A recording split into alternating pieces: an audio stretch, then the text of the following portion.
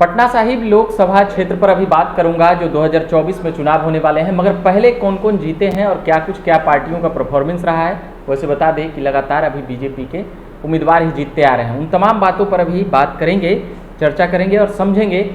वरिष्ठ पत्रकार श्रीकांत प्रत्युष जी हैं। सर, जिस प्रकार से यहाँ पर बीजेपी का कह सकते हैं कि दबदबा रहा है, क्या इस बार बरकरार रहेगा या क्या कुछ बातें हैं? देखिए, पहले पिछला तो भी आपको कुछ हिस्ट्री समझ लीजिए जी। कि जो पाटलिपुत्रा पर चर्चा हमने पहले की थी जी ये है पटना साहिब। जी पहले पटना जिले में, पटना शहर में केवल एक ही लोकसभा सीट होता था, वो पटना साहिब। लेकिन बाद में 2 सीट हो गए, एक पटना साहिब और एक पाटलिपुत्रा सीट। लेकिन पाटलिपुत्रा सीट के पहले तो पटना साहिब ही था। 2009 में जो चुनाव हुआ था उस समय शत्रुघ्न सिन्हा बीजेपी के उम्मीदवार थे और 3,16,000 से ज़्यादा वोट उनको मिले थे। और आरजेडी ने भी अपना उम्मीदवार खड़ा किया था विजय कुमार को, तो उनको 49,779 वोट मिले थे, मतलब बहुत कम वोट मिले थे। और कांग्रेस पार्टी की तरफ से शेखर सुमन, जाने माने फिल्म अभिनेता शेखर सुमन उम्मीदवार बनाए गए थे और उनको भी 61,000 से ज़्यादा वोट नहीं मिल पाया। फिर CPI-ML और भी छोटी छोटी पार्टियां भी चुनाव लड़ी, लेकिन किसी के खाते में 4,000-5,000 से ज़्यादा वोट नहीं आया। और इस तरह से आप कह सकते हैं कि बहुत बड़े मार्जिन से, मतलब 1,66,000 वोटों से शत्रुघ्न सिन्हा 2009 का लोकसभा चुनाव जीत गए थे। 2014 में भी शत्रुघ्न सिन्हा चुनाव लड़े और हाँ, चुनाव एक तरफा था। पहले से ज़्यादा वोट उनको मिला। पिछले चुनाव में 3 लाख कुछ वोट मिला था, इस बार 4,85,000 से ज़्यादा वोट मिला। और कांग्रेस की तरफ से इस बार भी एक फिल्म अभिनेता, भोजपुरी फिल्मों के सुपरस्टार कुणाल सिंह उम्मीदवार थे। कुणाल सिंह यादव बिरादरी से आते हैं और कांग्रेस पार्टी ज्वाइन किया उन्होंने और उनको उम्मीदवार बनाया गया। भोजपुरी एक्टर, बिल्कुल। तो कुणाल को अच्छा वोट मिला, शेखर सुमन से बहुत की तुलना में ज़्यादा वोट मिला। 2,20,000 से ज़्यादा वोट मिला उनको। लेकिन बीजेपी के खाते में 4,86,000 वोट आया। तो फिर जीत का मार्जिन वैसे ही 2 लाख से ज़्यादा रहा। यहाँ भी बीजेपी को जीत मिल गई। और इसी तरह से 2019 के लोकसभा चुनाव में रविशंकर प्रसाद को बीजेपी ने उतारा, क्योंकि शत्रुघ्न सिन्हा तो छोड़ चुके थे बीजेपी। तो नया उम्मीदवार कौन होगा, इसको लेकर अटकलों का बाजार गर्म था। लेकिन बीजेपी ने रविशंकर प्रसाद को उम्मीदवार बना दिया। रविशंकर प्रसाद को कभी चुनाव लड़े नहीं थे, पहली बार चुनाव लड़ रहे थे, लेकिन उनको भी बहुत ज़्यादा 6 लाख वोट आ गए। हाँ, बम्पर वोट मिला। 6 लाख से ज़्यादा वोट उनको मिले। और कांग्रेस के उम्मीदवार थे शत्रुघ्न सिन्हा, जो हमेशा बीजेपी के टिकट पर जीतते थे चुनाव, उनको 3,22,000 वोट मिला।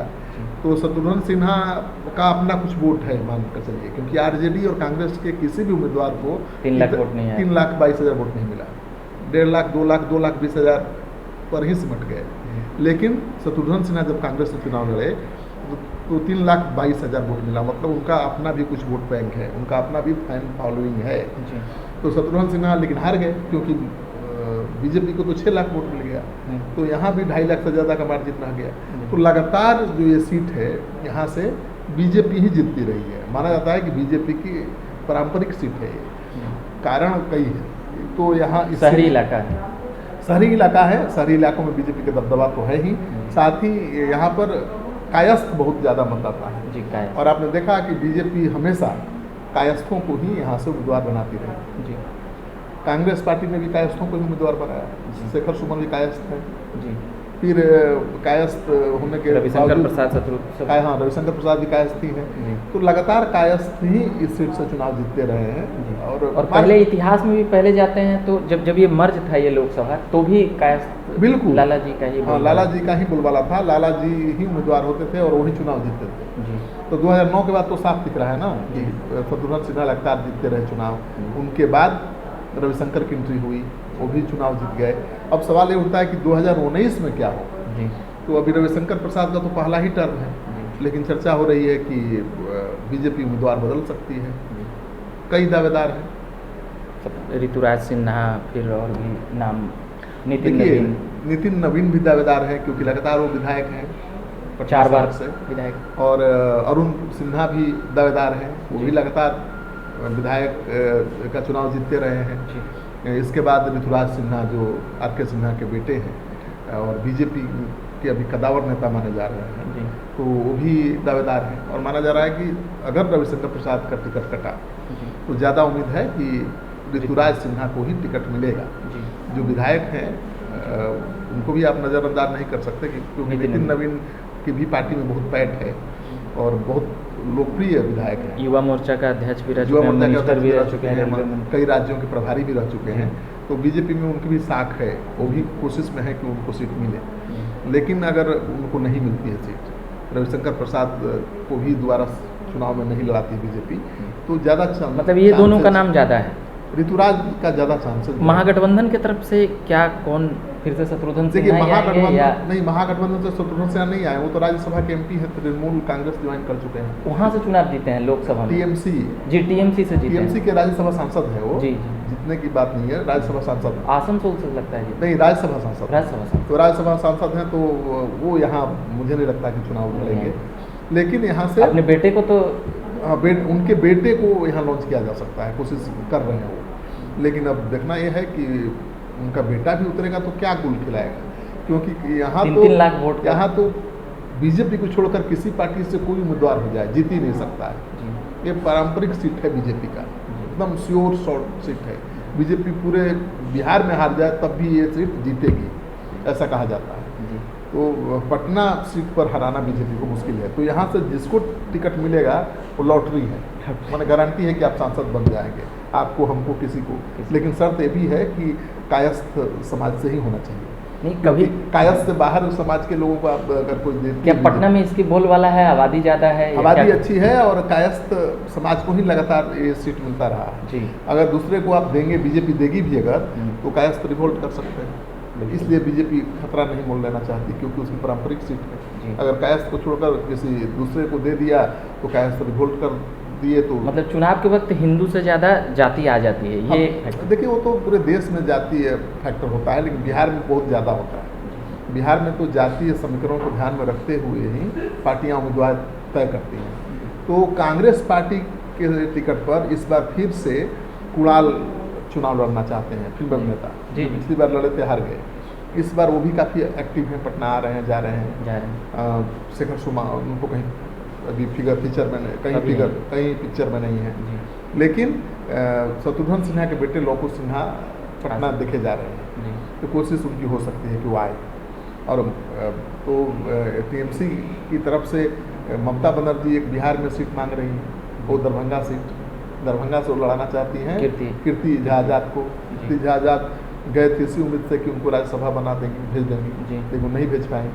तो चाहती हैं कि गठबंधन जब बन रहा है तो कम से कम बिहार में उनको एक सीट मिले। और वाकई अगर दरभंगा सीट मिल जाता है टीएमसी को और कीर्ति आजाद वहाँ से उम्मीदवार बन जाते हैं, तो मान कर चलिए उनकी जीत तय है। कीर्ति झा आजाद भी बहुत लोकप्रिय है और महागठबंधन आज की तारीख में बहुत मजबूत भी है। तो क्या होगा कह पाना बड़ा मुश्किल है, क्योंकि टीएमसी को बिहार में एक सीट मिल जाना भी बड़ी बात है, जी। क्योंकि बिहार में तो ऐसे भी सीट बहुत कम है। मगर महागठबंधन से रहेगी तो बेनिफिट मिलकर करेगी, बेनिफिट मिलेगा, लेकिन वो सीट टीएमसी के लिए दे पाएंगे नीतीश कुमार और तेजस्वी यादव, ये बड़ा सवाल है, क्योंकि सीट उनके पास खुद कम है। जी हमने बताया था कि 15-15 सीटों पर जेडीयू और आरजेडी ने लड़ने का फैसला लिया है। जी। नीतीश कुमार लालू यादव की मुलाकात हो चुकी है, तय हो चुका है कि 15-15 सीटों पर दोनों दल चुनाव लड़ेंगे। बाकी 10 सीटें बचती हैं, उसमें से 8 सीटें कांग्रेस लेगी और 2 सीटों पर वाम दल लोगों को लड़ाया जाएगा, मतलब CPI-ML को। जी तो यही फार्मूला है नीतीश और लालू यादव का सीट बंटवारे का। जी तो मानकर चलिए कि यहाँ से कुणाल कांग्रेस के उम्मीदवार फिर से हो सकते हैं, या फिर शत्रुघ्न सिन्हा के बेटे जी को चांस मिल सकता है, क्योंकि शत्रुघ्न सिन्हा को सबसे ज़्यादा वोट मिला है पटना में। क्षेत्र में बाकी कोई भी उम्मीदवार खड़ा हुआ तो वोट नहीं मिला। आरजेडी और कांग्रेस मिलकर भी चुनाव लड़े, मतलब विपक्ष का फॉर्मूला यही है ना कि हर सीट पर एक उम्मीदवार हो। तो पटना साहिब पर एक उम्मीदवार का फार्मूला भी काम नहीं हो पाएगा, क्योंकि आप देख लीजिए ना कि दोनों को मिलाकर भी जितना वोट आता है उससे बहुत ज़्यादा वोट बीजेपी को मतलब घुरा फिराकर विपक्ष शत्रुघ्न सिन्हा के पास ही सबसे बड़ा सवाल ये है कि देखिए कि पटना साहिब लोकसभा क्षेत्र में 6 विधानसभा क्षेत्र हैं जी। 4 भाजपा, बख्तियारपुर, दीघा, बांकीपुर, कुम्हरार, पटना साहिब, फतुहा, और इसमें से 4 पर बीजेपी का भी है, 2 पे कमजोर है, 2 पर कमजोर है, 2 पर मतलब महागठबंधन है। हाँ महागठबंधन। लेकिन पाटलिपुत्रा सीट पर तो ज़्यादातर सीटों पर महागठबंधन ही है, सभी सीटों पर। रामकृपाल वाले पे रामकृपाल की सीट पर देखिएगा तो सभी विधानसभा सीटों पर आरजेडी या वाम दलों के विधायक हैं जी, वहाँ पर भी बीजेपी जीत जाती है। तो पटना साहिब जहाँ पर 4 विधायक हैं बीजेपी के जी, और केवल 2 ही महागठबंधन के विधायक हैं, तो लड़ाई तो बहुत आसान है यहाँ पर जी। तो पटना साहिब लोकसभा सीट सबसे सुरक्षित बीजेपी का सीट है। मतलब मान लिया जाए कि टिकट मिला तो एमपी बनने की गारंटी है। चलिए, भाजपा से अगर टिकट मिला पटना साहिब लोकसभा क्षेत्र का तो आपको एमपी बनना आसान हो जाएगा। ये बातें कुल निकल कर आई, बाकी अभी समझा रहे थे तमाम बातें वरिष्ठ पत्रकार श्रीकांत प्रत्युष जी। मेरा नाम रविकांत हुआ, धन्यवाद।